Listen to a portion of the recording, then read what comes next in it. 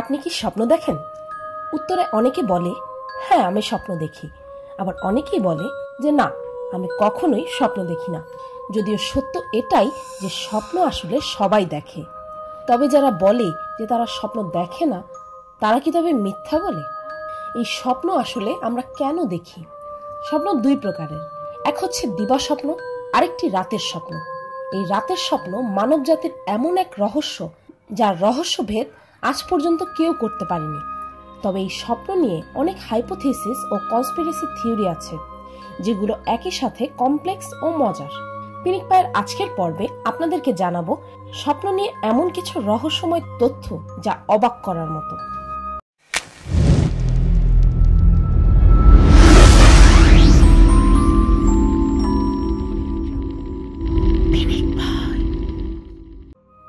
আমরা ঠিক কি পরিমাণ স্বপ্ন দেখি? প্রত্যেকটি মানুষ গড়ে প্রায় 4 থেকে 6টি স্বপ্ন প্রতি রাতেই দেখে ও ঘুম থেকে ওঠার 10 মিনিটের মধ্যেই তার দেখা 90% স্বপ্নের কথা ভুলে যায়। হিসাব করলে একটি মানুষ গড়ে তার জীবনকালের 6 বছর স্বপ্ন দেখেই কাটিয়ে দেয়। Brain activity. আপনি হয়তো ভাবেন যে ঘুম একটি শান্তি ও আরামের ব্যাপার, হয়তো এটিও ভাবেন যে ঘুমের সময় আমাদের ব্রেন পুরোপুরি বিশ্রামে থাকে। কিন্তু আসলে ঘুমের কয়েকটি ধাপে আমাদের ব্রেন এত বেশি অ্যাক্টিভিটি করে যতটা আমরা জেগে থাকাকালীনও করে না।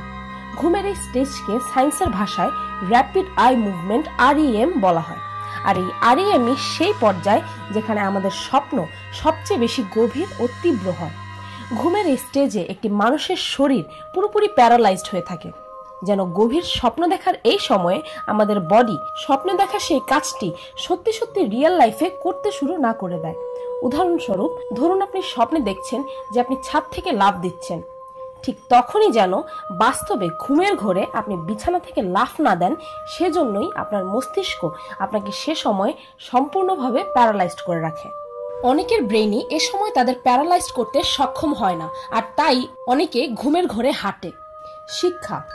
একটি গবেষণায় জানা গেছে যে স্বপ্ন দেখা একটি মানুষকে অনেক কিছু শেখায়, এমনকি প্রবলেম সলভ করতেও সাহায্য করে। স্বপ্নই হচ্ছে নতুন নতুন তথ্য বোঝার জন্য আমাদের মস্তিষ্কের নিজস্ব পদ্ধতি। অনেক সময় মানুষের একদিনের স্বপ্ন তার পরের দিনও কন্টিনিউ করে, আর সেই স্বপ্নগুলোতে আমাদের নিজেদের ব্যাপারে এমন অনেক তথ্যই থাকে যা আমরা নিজেরাই জানি না। অন্ধ মানুষ কি স্বপ্নে দেখে? এর প্রশ্নের উত্তর হলো, যারা জন্ম থেকে অন্ধ তাদেরও স্বপ্ন আসে, তবে তারা স্বপ্নে কিছুই দেখে না, বরং তাদের স্বপ্নে তারা শুধুমাত্র বিভিন্ন ধরনের ঘ্রাণ নিতে পারে ও আলাদা আলাদা শব্দ শুনতে পারে। অন্ধ মানুষের স্বপ্ন সাধারণ মানুষের মতোই গভীর হয়। আর যারা জন্ম থেকে অন্ধ নয়, বরং কোনো দুর্ঘটনা বা রোগের কারণে অন্ধত্ব লাভ করেছে, তারা অন্যান্য সাধারণ মানুষের মতোই স্বপ্নে সবকিছুই দেখতে পায়। নিজের স্বপ্ন কন্ট্রোল করা। সায়েন্সের ভাষায় একে লুসিড বা কনশিয়াস ড্রিমিং বলা হয়। ইদানিং অনেকেই এই ধরনের স্বপ্ন দেখার প্র্যাকটিস করে। বিভিন্ন ধরনের টেকনিকের মাধ্যমে অনেকেই নিজেদের স্বপ্ন নিয়ন্ত্রণ করতে শিখেছে। তারা এই স্বপ্ন নিয়ন্ত্রণের মাধ্যমে নিজেদের স্বপ্নে অনেক মজার মজার কাজ করে। যেমন তারা তাদের স্বপ্নে পাখিদের মতো উড়ে, দেয়ালের এক পাশ থেকে অন্য পাশে টেলিপোর্ট হয়, লাফ দিয়ে নদী পার হয়, এমনকি নিজের অতীত দেখে। আবিষ্কার। জানলে অবাক হবেন যে পৃথিবীর অনেক বড় বড় আবিষ্কারই স্বপ্নের কারণে হয়েছে। যেমন James Watson DNA double helix spiral form স্বপ্নে দেখে ও তারপরই তা আবিষ্কার করে, আর এর কারণে জেনেটিক্সে এক যুগান্তকারী পরিবর্তন ঘটে। এলিয়াস হোইও সেলাই মেশিন স্বপ্নে দেখে, তারপরই তা আবিষ্কার করেন। এমনকি পিরিয়ডিক টেবিলও দিমিত্রি মেন্ডেলিয়েভ স্বপ্নে দেখার পরই আবিষ্কার করেন। ভবিষ্যৎ দেখার স্বপ্ন।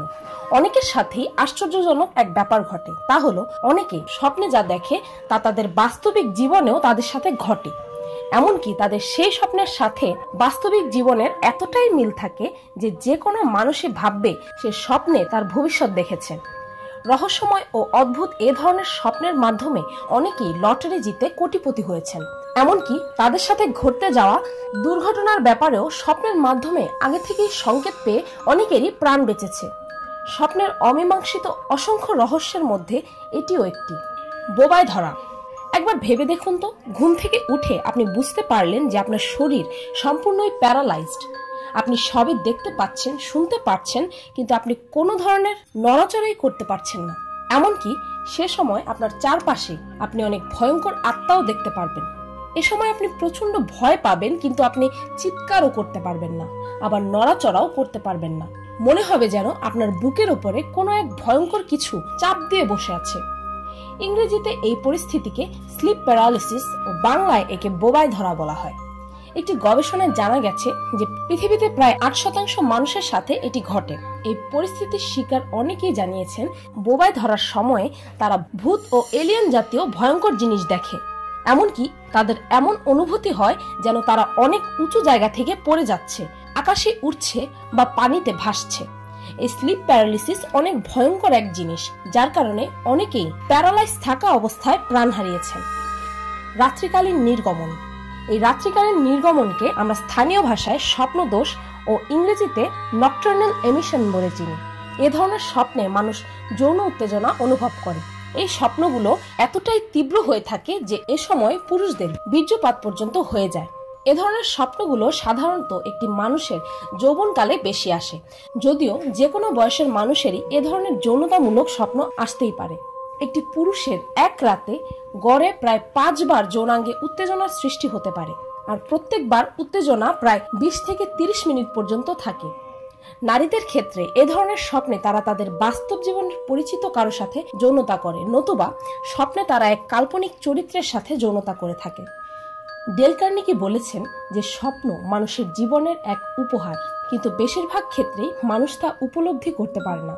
আমাদের স্বপ্নগুলো আমরা নিয়ন্ত্রণ করতে পারি না ঠিকই, কিন্তু আমাদের এই স্বপ্নগুলো থেকে আমরা নিজেদের ওই পৃথিবী সম্পর্কে অনেক অজানা তথ্যই জানতে পারি।